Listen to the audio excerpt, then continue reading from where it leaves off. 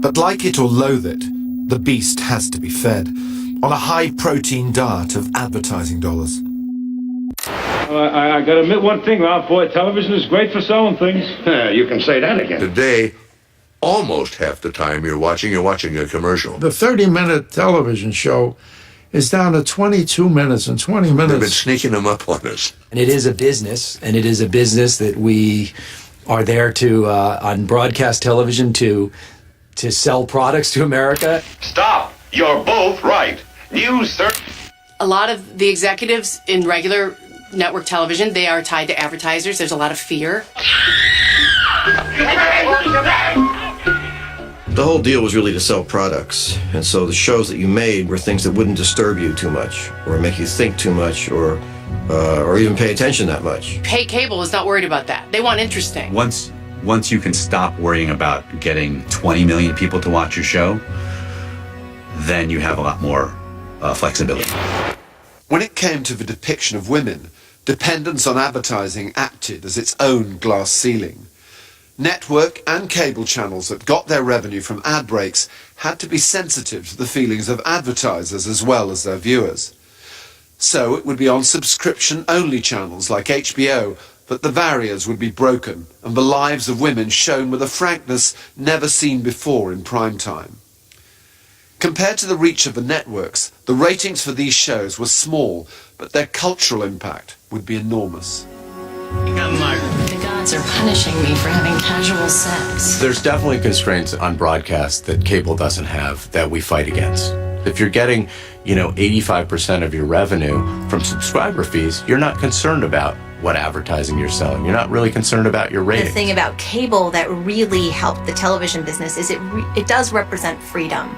There's an inherent understanding that in cable, there's less restriction. But I don't think that makes great programming necessarily. We understand that we're not here to serve the mass. We'll do the best we can to give something that's sort of more pure, and let's hope that people come and find it. We can't compete with that. I had come from doing a lot of network television and felt like, wow, I wanted to do the network TV equivalent of the independent film. And it was going to look at sex and relationships in a way that no television comedy had ever looked at them and would never be able to look at them. We didn't have to answer to advertising dollars, and we didn't have to respond to Nielsen ratings and worry about that. Oh, God. Oh, Kurt. The challenge of creating a character like Carrie was having a sexually independent woman who was having sex with a number of different men unapologetically, and you wouldn't think she was a bitch. Alrighty. My turn. Oh, sorry. I have to go back to work.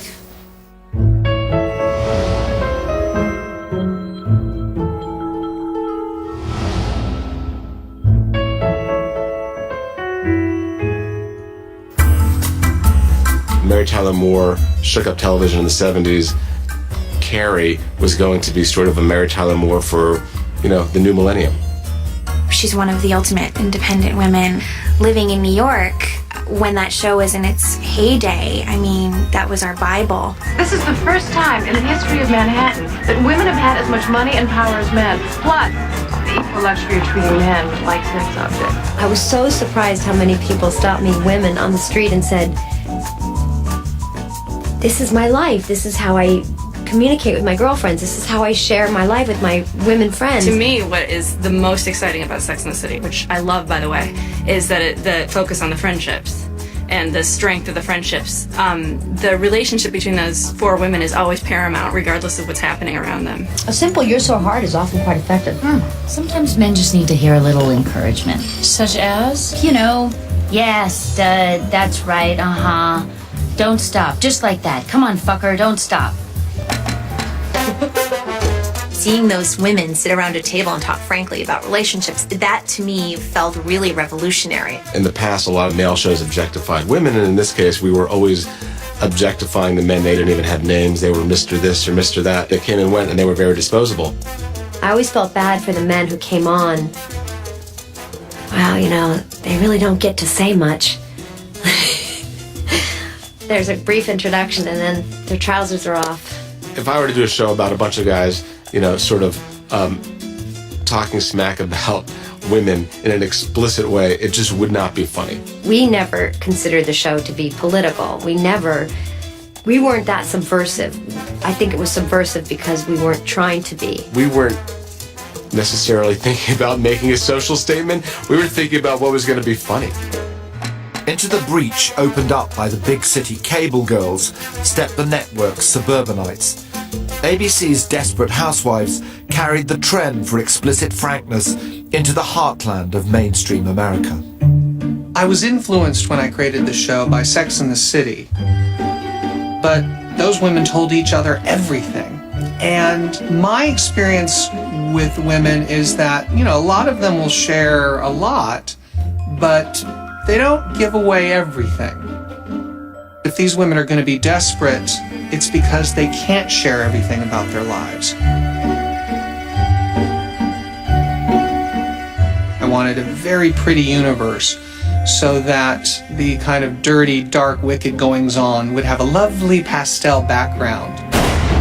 You never know what's happening behind closed doors. You never know what is really going on with your neighbors. A couple of months before I came up with the idea of Desperate Housewives, I went to a reunion. One of my friends asked this gal we all knew, "So, do you just love being a mom?" And she said, "No." And I was kind of stunned because I didn't know women could say that out loud. What I liked about Lynette is it gave voice to what I felt were the difficulties and challenges of motherhood. How about you? 4 at home, 2 on the way. Oh, big family. You're so blessed. I just can't imagine anything better than being a mommy.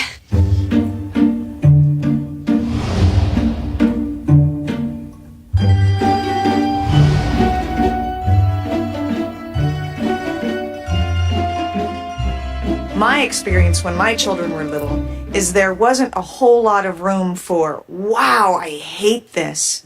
What happened to the old me? And I am not one of those women that went into motherhood with equanimity and grace. I kind of went in going, oh my God, this is so hard. Lynette hates being a mother. She doesn't enjoy it. And has a breakdown on the soccer field. Susan and Bree go out to comfort her, and they confess to her that they understand they've been through it too. And that's when Lynette turns to them and says, why doesn't anyone talk about this? Because part of the pain is the shame of it. When you think back to Leave It to Beaver or any of those women, the whole idea was that you had to be perfect. In the same way that women were fighting against the icon of the perfect wife, in the 50s and the 60s that led to women's lib, the new icon is motherhood, the perfection of motherhood.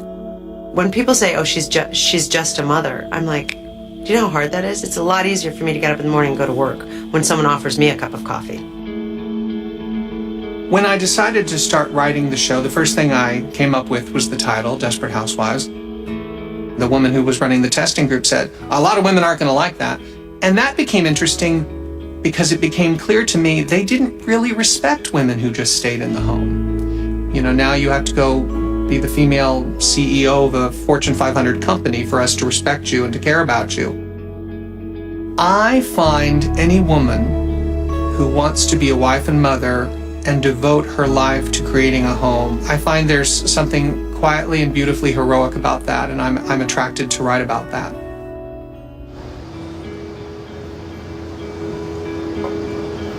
By now, primetime women were having it all.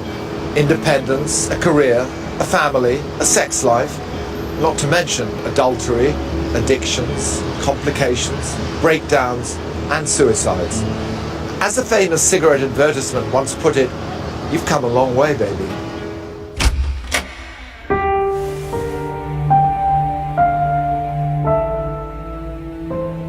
There are many women out there, who are very successful, independent women for whom love has always been elusive. You know that they're dying to connect. And I think that's what we all are. We're just dying to connect. Grey's Anatomy was a show that I pitched as being about strong, competitive women who worked in a workplace where on a bad day you actually